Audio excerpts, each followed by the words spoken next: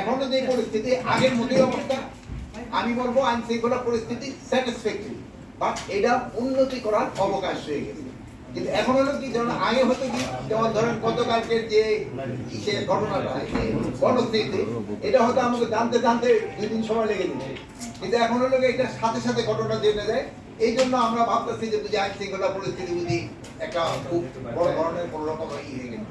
এই ছোটখাটো ঘটনা এটা সবসময় আগেও ঘটছে, এখনো এই যে 2-1 দিন আগেও ঘটছে, এবং ভবিষ্যতে যেন না ঘটে এই জন্য আমরা কি কি ব্যবস্থা নেওয়া যায় এই ব্যাপারে আমরা আলোচনা করি। আমরা চাই না যে এই ধরনের একটা ঘটনা ঘটবে।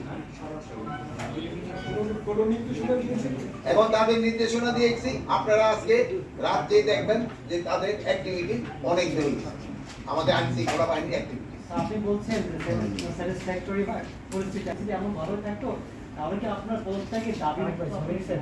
এখন আর কিন্তু মাত্র কইছেন পদত্যাগ, আমার তো এই সোশ্যালি আমার দাফনও তো হয়ে গেছে, আমার এই পদত্যাগটা তো কম হয়েছে, আমার তো এই জানাজা হয়ে গেছে। স্বরাষ্ট্র মন্ত্রণালয়ে চাকরি করার পরে হলো কি, জীবিত থাকা অবস্থায় জানাজার সব পেয়েছে। আপনার পরিচয় দেন।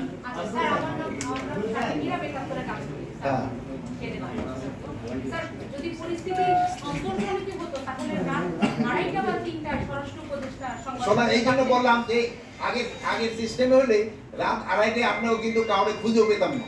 কিন্তু আমি যে সময় আধা ঘন্টা আগে আপনাকে বলছি, আপনারা কিন্তু সবাই যে হাজির হয়েছেন, যেহেতু আমরা জানি দিন এবং রাত আপনারা কাজ করে যাচ্ছেন।